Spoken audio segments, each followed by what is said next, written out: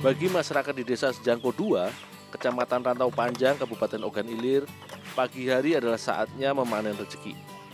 Karena adalah waktunya untuk memungut telur dari bebek peliharaan mereka. Tingginya permintaan pasar akan kebutuhan telur bebek di wilayah Palembang menjadikan hampir di setiap kolong bangunan pada bagian bawah rumah panggung warga di sini difungsikan sebagai kandang pemeliharaan bagi ternak bebek mereka.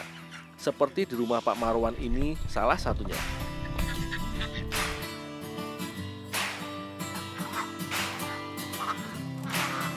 Ketika memasuki bulan tertentu, seperti saat musim hujan tiba, letak geografis Desa Sejangko 2 cukup berdekatan dengan Sungai Sejangko yang merupakan salah satu anak sungai dari Sungai Musi ini. Hampir sekitar 70% wilayahnya dipenuhi dengan air dan menjadi rawa-rawa. Dengan kondisi seperti ini, menjadikan warga di sini tidak dapat meladang atau menggarap lahan persawahan mereka untuk bertani. Jadilah, beternak bebek merupakan profesi sampingan yang menggiurkan untuk mendapatkan pundi-pundi uang demi kehidupan dapur mereka. Bebek yang dikembangbiakkan di sini sebenarnya merupakan jenis bebek lokal atau biasa juga dikenal dengan bebek Mojosari. Bebek jenis ini seringkali dibudidayakan atau diternakkan untuk dimanfaatkan telurnya. Telur bebek yang akan dijual untuk dijadikan bahan makanan haruslah dicuci terlebih dahulu sebelum dipasarkan. Selain agar bersih ketika dipasarkan kepada pembeli, telur bebek juga tidak cepat busuk karena kotoran yang masih melekat pada cangkang.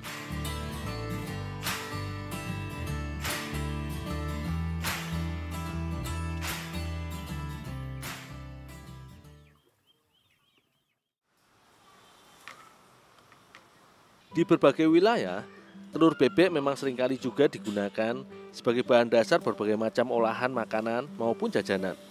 Kali ini, aku mengolah telur bebek menjadi salah satu olahan makanan tradisional khas kota Palembang, yaitu telaukan.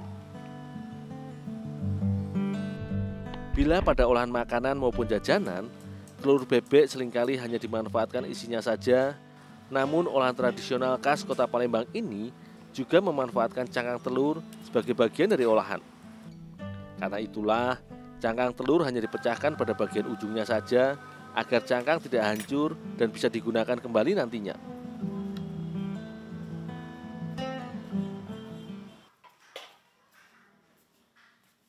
Bu, ini telurnya udah siap, Bu? Oh ya, sudah. Ini baru kerja kelapa sama pandan. Oh, diparut.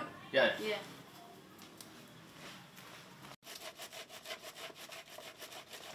Telaukan merupakan olahan makanan tradisional khas Palembang yang hampir sekitar 80% komposisi bahan utamanya adalah telur bebek.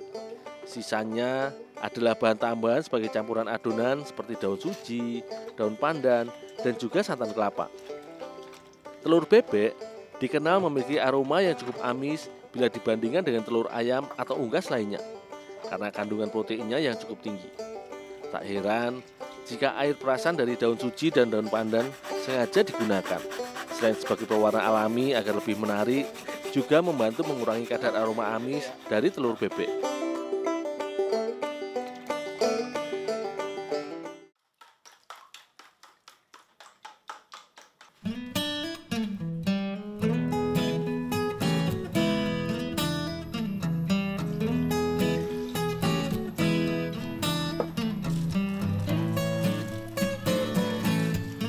Proses pembuatan telaukan sebenarnya cukup sederhana dan singkat.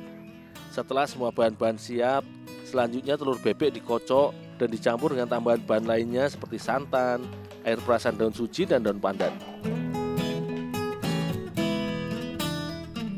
Agar adonan tidak terlalu cair dan padat saat dimatangkan nanti, Ibu Nur menambahkan sedikit kapur sirih ke dalam adonan telaukan. Selanjutnya, setelah semua bahan tercampur rata, adonan pun dimasukkan ke dalam cangkang telur kembali dan ditutup dengan busa agar adonan tidak keluar atau tumpah ketika dimasak nanti.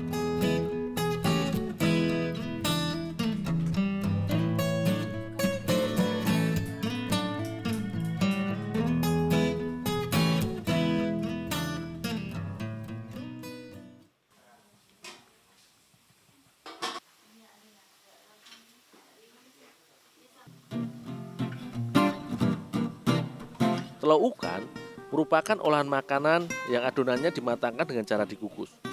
Meski terlihat sederhana, namun dalam pengukusan adonan diperlukan teknik khusus agar adonan matang dengan sempurna.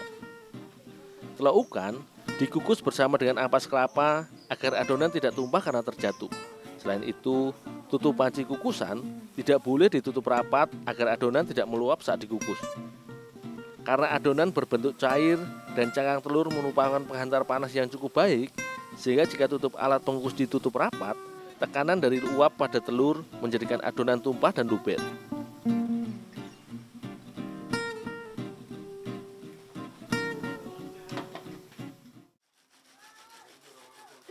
Pindang bagi masyarakat Palembang merupakan sejenis masakan yang memiliki cita rasa sedikit asam dan segar. Salah satu kunci cita rasa dari olahan masakan ini adalah penggunaan buah nanas sebagai bahan campuran dalam masakannya.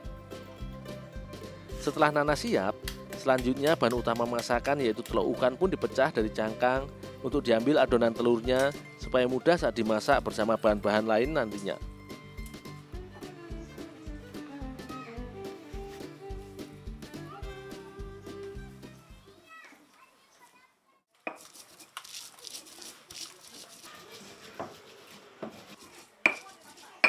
Selagi aku menyiapkan bahan utama, Ibu Yati bertugas mengolah bumbu dasarnya.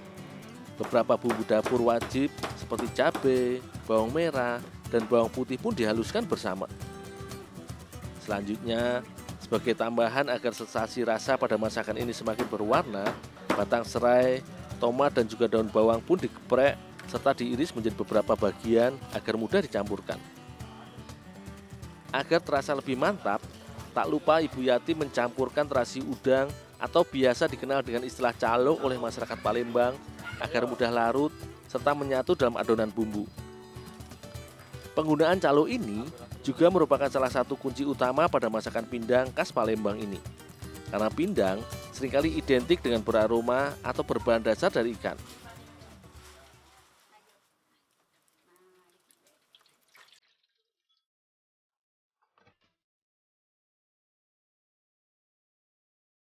Sebagai tahap awal, calo atau terasi yang sudah dilarutkan bersama gula aren dimasak hingga mendidih terlebih dahulu.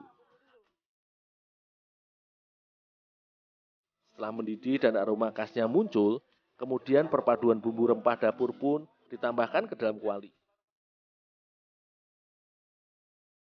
Sebagai tahap akhir, barulah air perasan nanas serta telur ukan yang aku persiapkan dicampurkan dan dimasak bersama bumbu hingga meresap dan kuah matang. Telur ukan sengaja ditambahkan terakhir pada proses pemasakan ini karena tekstur dari telur ukan ini berbeda dengan olahan telur pada umumnya. Telur ukan memiliki tekstur cenderung lebih lembut dan mudah hancur apabila dimasak dengan kuah.